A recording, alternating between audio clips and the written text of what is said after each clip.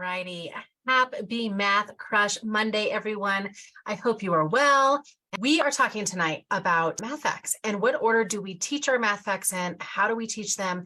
And how does expressions walk us through that? So I'm going to go over that tonight. If you're watching live, say hello. Let me know where you're watching from. And then as you have questions, please post them below. I'd love to be able to answer those as we go through this evening. So we are talking again about fact fluency and the order in which we're going to go in.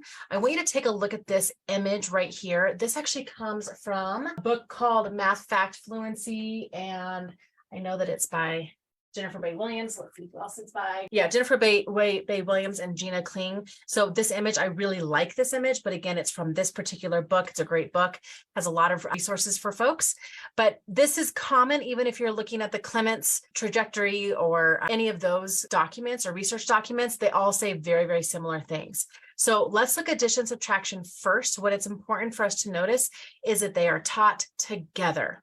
Right? So we know that addition and subtraction should be taught together. We actually break them up a bit in kindergarten when we're first introducing, only because they're learning the symbols. They're still learning the convention of addition, subtraction alongside of the meaning of addition, subtraction. But as soon as we've gone over both of those, they start getting put in together, which we know is hard for them, but we also know that when we teach them separately, that students have misunderstandings about what addition, subtraction mean, and they don't actually make the fact family connections and knowing that all of those numbers just go together. So we're going to teach those together. But what I want you to see here is that we have the fact fluency progression and the foundational facts. So all of these are considered foundational, which means in order for us to go to that next level of counting, we really have to have the foundational facts. So in order for me to do something like near doubles, making 10, pretend to 10, some of us call that bridge to 10, all of those are considered derived fact strategies.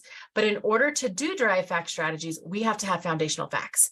So we're going to introduce plus or minus 0, 1, and 2 in 0 and 1 for sure in kindergarten, some 2s, but remember all of their facts are within 5 for mastery. So their math fact goal is all facts within 5. They will work flexibly with facts within 10, and then they will work on mastery of teen numbers, knowing that it's 10 and 3 and 10 and 4, right? So they will have some plus or minus 2s if it stays flexibly within that 10, but they don't actually have to have that for their mastery of under 5. Except for, of course, like 3 plus 2. Okay, so there's a little bit of a difference there.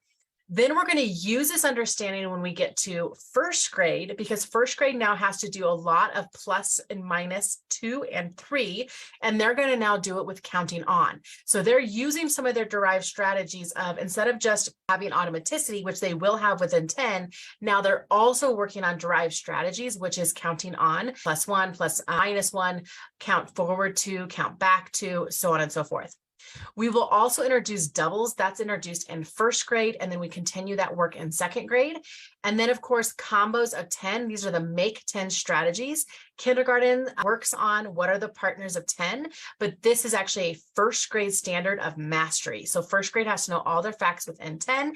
And so combos of 10 are very, very important in first grade. Then they will also work on those 10 plus facts. So kindergarten and first grade work on this. It is explicitly a kindergarten standard as well, that they know all of their plus 10 facts. So 10 plus 3, 13, 10 plus 2, 12, so on and so forth. Once we have the foundational facts, then students work on these derived strategies in which they're going to use a strategy in order to solve it. So near doubles would be something like 7 plus 8, where I can tell that 7 or 8 is the same thing as a 7 and a 1. So I can use near doubles. I can just do 7 and 7 is 14. Let's add one more, and now we get to 15. Okay, so that would be a near doubles facts. It could go up, forward, or backwards. Making 10 then would be more like 9 plus 3, where I know my combo of 10. I know that I need a 1 from that 3 to make a 10, and then I'd have 2 left over, and 10 and 2 is 12. But again, I need this skill and this skill in order to do this skill independently. So if you're teaching second grade into first grade, or you're even into third and fourth grade, working on some of these addition, subtraction facts, and you're like, but my kids don't know their combos of 10. Well, we want to work on mastery of that first However, if you're in first and second grade, this is your standard. So it means you still have to teach your standard. If they don't have mastery of these, you're going to need to give them a scaffold. Okay, so now we're going to have to use some 10 frames. We're going to use our little rainbows make a 10. We're going to use our secret code cards, 10 and 2 is 12. We're going to use a lot of visuals to help students who are struggling making a 10 because they don't know their combos of 10 and 10 plus. So hear me really clearly on that it doesn't mean we don't teach our grade level standard. It means we do, but we have students who don't have the mastery of the automaticity of facts they need. Therefore, they need a scaffold so I can still work on my grade level standard. Now, when I'm working on just fact mastery about where those kids are actually at during a win time or an intervention time, yes, then I'm going to work on the facts they actually have to master. But in core, I have to stay focused on the core expectation. So then you have a pretend a 10, and that would be something more, it's very similar to that making 10, but I'm going to pretend that the 8 is a 10 and then I can subtract 1 or go forward 1. I can do 14 minus 3. I can say, well, that's really, if it's 10 minus 3, that would be 7, and then subtract, right? I can start to pretend a 10 is also in there. We blend these together a lot in expressions. So when I look at this, I want you to now look at how I might assess this. So this is an assessment that comes straight from that Fact Fluency book I just showed you, in that when I'm assessing students, what I want parents to know is this: we're taking kids through these 3 phases. So we're saying this student is at a count all phase. So when I have to do anything with sums of +0, +2, 1, or 2, and subtraction of those, our students counting everything. So I have 3 + 1 is a kindergartner going 1, 2, 3, 1, and then going 1, 2, 3, 4. That's a kid that's at count all, right? So in their standard, they're just supposed to know it's 4. But I need to know, well, they're not there. They don't just know it's 4. So where are they? Okay, are they counting all? Are they counting on from the first number? Are they counting on from a greater number? Okay, if they're in phase 2, they recognize the fact set. So they look at something like 7 + 7, and they can just tell you, oh, that's just a doubles. So they can look at something like 9 + 3, and they're like, oh, that's just a make a 10 fact. Right? They start to now look at facts and understanding those subsets. They're using a fact set to add. Okay, so they know something like 9 and 1 makes a 10. And then by the time they get to phase 3 over here, they just know 13, 14, 10. Okay, now they just know. So they've been using strategies all the way through this. They continue as facts get harder. Now we're adding like 7, 8, and 9, really hard facts. Okay, well, 7, 8, 6, 7, 8 are very difficult. Okay, so now I'm using things like doubles, doubles +1, bridge of 10, all of those types of things. And same thing, what is their strategy? So if they don't have it automatically, automaticity is not the first goal. Strategy, visualizing, that's the first goal. And then I work on automaticity. Okay, so I'm going to show you that here in another way to say that. I'm doing a lot of workshops on this right now with a lot of different school districts because it's not known. Like we don't get a lot of instruction on this, but we want to have accurate records of what our students do and don't know. We don't want to just say our kids don't know their facts. That's not true. Okay, they know their facts. There's just some subsets they don't know yet, right? Like they may not know their harder doubles, but they know their 0 + 1 + 2 + 3. They might know their 9 + 9. Like which ones do they know? Which ones do they not know? That helps us zero in and really focus on the right facts. So we're going to continue to keep track of facts in a way somewhat similar to this. These are rolled into, and math expressions are going to rolled into quick practice. In kindergarten and first grade, you're going to see them as like slivers of problems on their workbook pages and on their homework pages. And they're very intentional. Like kindergarten will be all +0 and +1. First grade, that shows up in your quick practice, all +0, all +1. Then there's +0, +1, -1, -0. Then those are mixed up together. Then the next thing you know, all of a sudden they have some +2s and -2s. It's very strategic and very purposeful. So if you're skipping those parts of the workbook or you're skipping those quick practices at the start of the year, we're not helping anything. Okay, just putting them on a math fact game is not going to be as intentional as a process such as this. A math fact game may help in addition to, right? But we want us to follow that particular plan. So we're going to continue to do that. You're going to work on all derived strategies with very specific visuals that look something like this. So even if students are, they're working first on this like 9 plus 5, right? So we can see that they're using a make a 10 fact. I can see that there's a visual on the back of their card.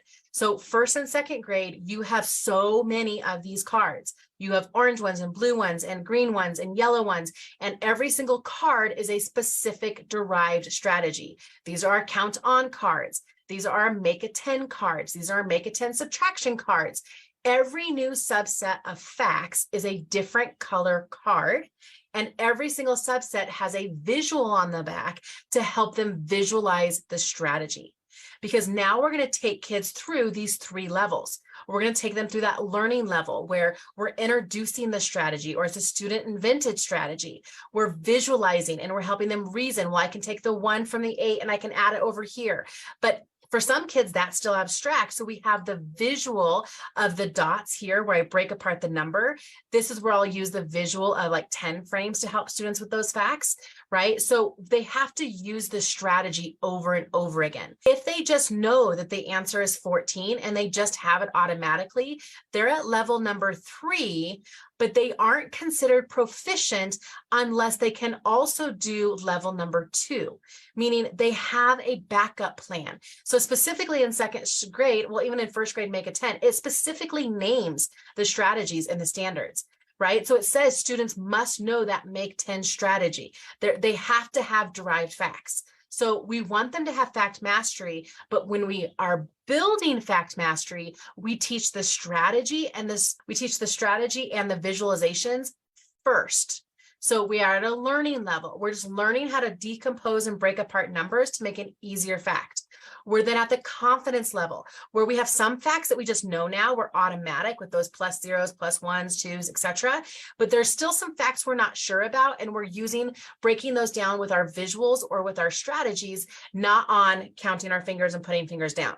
Okay, I'm all for fingers, but they have to be used efficiently. So confidence levels where I'm building their confidence with the strategies they can use for various facts. Then I have fluency level, and this is where, okay, I've passed the learning level. I understand the strategy. I've learned it well.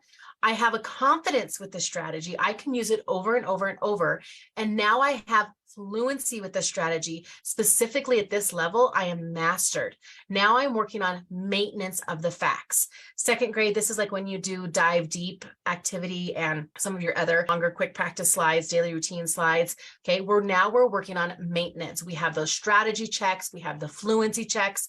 That means I am assuming my students have passed those other 2 levels. Okay, if they haven't passed the other 2 levels, then I probably shouldn't be doing activities that are working on the fluency level. So my students who have not passed 2, if they haven't passed the confidence level, I'm not going to have them go fill out that whole page of subtraction facts, like from Dive the Deep.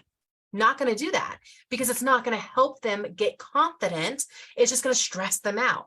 So instead, for those students, I have some students in my room that might be ready for that. They're going to work on just now maintenance of those facts, just knowing the facts, answering them within 3 to 4 seconds.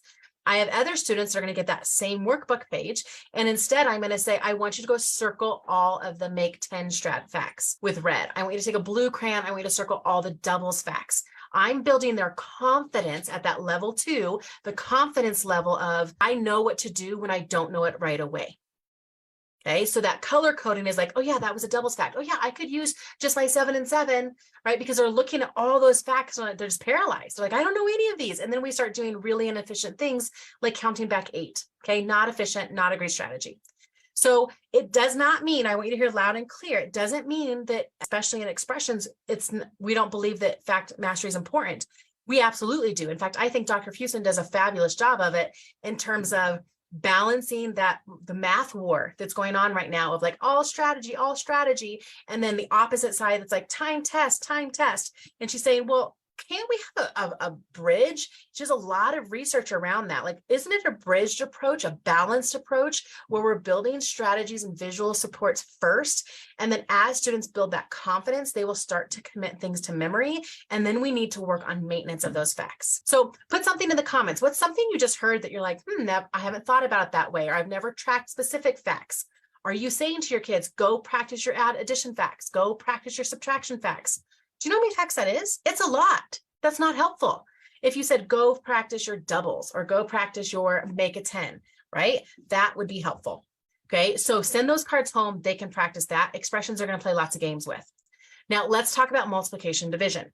So multiplication and division is introduced in third grade. So third grade is going to take them through study sheets. They have 3 study sheets, and in unit 1 and 2, they learn their multiplication and their division facts by the time they're finished with unit 2. Now, clarifying, they don't have them mastered by the time they're done with unit 1 and 2. They have all of their strategy work learned. They're at learning level 1. They have learned the strategies. They're working in their confidence level of knowing some of them, but still needing to rely on visuals and strategies for some others. But most of them are not yet at that mastery, or they might not be with some of their facts. So if you look here, we're specifically looking at the 5s. So notice how we're going to introduce this. We have to first pass our count bys. That's the first level of counting when we're doing multiplication. 5, 10, 15, 20, just knowing how to skip count or count by a number. This is emphasizing the strategy of equal groups, understanding that's what multiplication is. Okay, then we learn our mixed up 5s, right? So now I don't just know them in order. I don't just say them in order. I'm like, well, how would you do 5 times 5? I might use the strategy of a count by, or I might be now at the place where I have a strategy. I know how to use a count by, but now I've just committed it to memory. I just have it automatically, right? I might be at something like 7 times 5, and I might say, well, I don't know 7 times 5, but I know 5 times 5. I can count on 2 more 5s because I know my count bys. So if we learn our count bys first, these are going to help us with sophisticated strategies. So then I work on those mixed up 5s. Then I work on mixed up divisions. Then we learn division strategies and what division means. So what I really love, though, is that we have done in unit 1, we've worked on that learning level number 1. Just what are some strategies we know? Okay, specifically, they focused on the strategy of count bys. Then kids are quizzed on it. They actually go through a fluency routine where kids are quizzed. Do you know your count bys? There's no getting around that. You just have to know them. So they've done on their number path that goes along their whiteboard, they've done things like circling their groups of 5 and practicing what those count bys are. It's not just singing songs. It's not to the tune of little, Itsy Bitsy Spider and Twinkle Twinkle Little Star. I'm not saying you can't do those. That just is not a standalone strategy, because what happens when I go to do 7 times 5 and kids don't know it, they have to sing the whole darn song to figure out 7 times, what is the 7th count by, instead of just knowing, well, 5 times 5 is 25, and then I can go 30, 35. Songs don't help us start and stop at any level on the counting on spectrum, and that's a problem.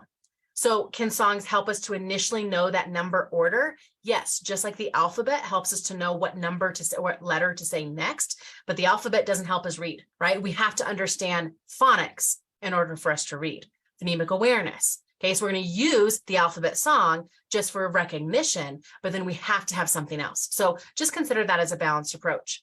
But here again, I want to show you why I love this, because we're introducing strategies, we're introducing the 5s because the 5s are the easiest fact to start with, and they're a great building block for our harder facts, 6, 7s, and 8s. Kids find a lot of success with 5s. They already had to learn their 5 count bys in 2nd grade. They technically counted by 5s then. And so it's almost like an instant success with multiplication. That's why most people suggest starting with 5s. But also I want you to notice that when we do this, they have now an assessment where they have to pass their count bys. Then we give an assessment where they have to count their mixed up multiplications. It's not timed, but if you can't do it within 3 to 4 seconds, you don't know it. And then they have to pass their mixed up Then they have to take an assessment that mixes them both up. Then we go and we teach our 2s. We start at learning level number 1. We build up their strategy work. What are the strategies, the patterns, the count bys for multiplications of 2? Then we work on level 2, which is confidence level. Some of them we just know, some of them we're still relying on a visual strategy. Okay, so now we have to pass our count bys, our mixed up multiplications, our mixed up divisions. Then we have to pass our mixed up multiplication divisions together. Then they have to pass their 5s and their 2s together mixed up. So great, you know your 2s. Do you know them now mixed up with your 5s? That is phase 3 of maintenance, right? How many of us say, well, they passed their 5s back in August, but you ask them right now, they couldn't tell you because there's no maintenance piece. Okay, so now we're building in the maintenance. So we're going to go 5s and 2s because 2s we'll use for doubling. We also know that tens, okay, are something that students have a lot of success with, and their tens means they can do their nines, which comes next, okay, or then they do their nines, and because they know their tens, like these two work very well together when we're learning level 1, when we're learning strategies. There are some really good strategies here, okay, so we're going to do all of our tens and all of our nines. We do our tens, we pass all those, and they have to pass their tens, their fives, and their twos mixed up. Okay, same thing with the nines. So that's the order in which we're going to teach them. So when I say go home and learn your math facts, not helpful, 5th grade. That's not helpful. Say which ones do they know and which ones do they not know? Which subsets? I want you to go practice your twos. I want you to go practice your nines. Now, when they're practicing all those learning levels. Okay, they're practicing from here. They're practicing level 1, write all those equations. Level 2, or not level 1, step 1. Okay, do they know the commutative property? Can they relate to addition? Do they understand what it means? Do they have a visual? Can they do an array, equal groups, do count? What do they have? And then there's some visual ways for them to practice with their flashcards for math expressions. And then they actually work on level 3, which is now let's reach mastery. Automaticity. But I don't just work on mastery if they don't even know how to get there with any other strategy and they don't have any confidence with that fact. Okay, so that's going to go through there. Now we go to study sheet B. We go threes, then we go fours. Fours are directly related to twos because if they know their twos, they can double them and find their fours. Okay, then we do our zeros and ones. And the reason we do our zeros and ones now is now we've had enough experience with math facts that students understand what multiplication division means. If you've ever tried to teach multiplication division and you start with zeros and ones, you're like, those are the easiest. No, they're the easiest if you do a trick. If you just teach them it's the other number or the answer is always 0. Yeah, you're right. That is easy, but it does not help them in conceptual understanding of multiplication. When I say find 2 times 0, find 2 groups of 0, find 0 groups of 2. Like, it's like, what do you mean 2 zeros, 2 groups of 0? Try 3 times 1, draw 3 groups of 1. You see how it's just like, well, once I understand it, I could probably draw it and figure out what it means. But when it's my first fact, not helpful. So now we have zeros and ones. Okay, so now zeros and ones come in, which are kind of a nice break because then we get to unit 2 in 3rd grade. And now we're at 6s, 7s, 8s and square numbers. 6s we can do because we just passed our 3s. Okay, 7s we can do because we know our 5s, we know our 6s, we have other derived strategies. We can start to learn our 7s, the same thing with 8s, and then we learn those squares just like we would learn our doubles, right? So again, I want to remind you about those learning level, confident levels. So we have learning level 1, which is just learn the strategies, use visuals to support the strategies, play games, use the visual cue cards or fact cards from expressions. Then you have level 2, which now you're like build confidence. There's some they're just going to start to know because they've been using the strategy enough. They've been building automaticity with games. And there's other facts like, I'm not sure, but they have a strategy and they're building confidence with the strategies. Then we work on, okay, you've got strategies, you have automaticity of some. Now we just need to commit them to memory and make sure that we have automaticity. That's also the maintenance side of the math facts. So when we look at that and we think about it, I want you to remember that we're not saying automaticity is not important. 4th and 5th grade teachers like it's important, okay? But 4th and 5th grade teachers have to stop saying they don't know their math facts. That's not helpful, okay? I want you to say they don't know their 6s. They don't know these 4 facts and they're interfering. I want you to know, I want you to say they don't have a backup plan. They either know it or they don't know it, but they don't have level 2 confidence in a strategy. So then it really does hurt us because the only thing they're doing is singing a song when it's times 9 and they have to go through the whole song to get to the 9th one. Okay, that's not helpful for 4th and 5th grade teachers. But 4th and 5th grade teachers, if they don't have them, you need to go back and repeat 3rd grade's process. Don't be afraid to go back and repeat their process. Instead, we think, I'm just going to keep throwing time tests at them and eventually they're going to get better. Okay, that's the definition of insanity, right? Thomas Edison doing the same thing over and over again and expecting different results. That's not going to get you better results. It's too much. You're skipping learning levels. Okay, go back and repeat those learning levels. That will actually be helpful to them. So I hope that helps tonight, just thinking about what is the order in which we're teaching facts, what are we asking our students to do, and giving us some confidence that, yes, it's important that students work on visual and reasoning strategies. And yes, it is important that they commit these to memory and they have maintenance of them. The order in which we do that and the classroom community in which we foster while we're doing that makes all of the difference. So post something below. What are you thinking about? I just love to know if this was helpful, if there's something you're wondering about, something I can help you with. Would you put that right now in the chat for me? And just, I don't know, even just say hi. Okay, so let me know what you're thinking about. And then I will come back and I will continue to also to answer some questions in our comments here and see if there's anything else that, let's see that I have any other questions. I'm not seeing the questions pop up right now, although I know I'm a little bit delayed. So let me just make sure, but post your comments below, post anything. Just let me know, hey, we watched this. It was cool. Thanks. Or I didn't know that, or where do I find that resource? I'm happy to help and we'll move forward from there. All right, everyone, a happy Math Crush Monday. I hope it's a wonderful week for all of you. Say hello. Would love to hear from you below. All right. Thanks, everyone. Take care.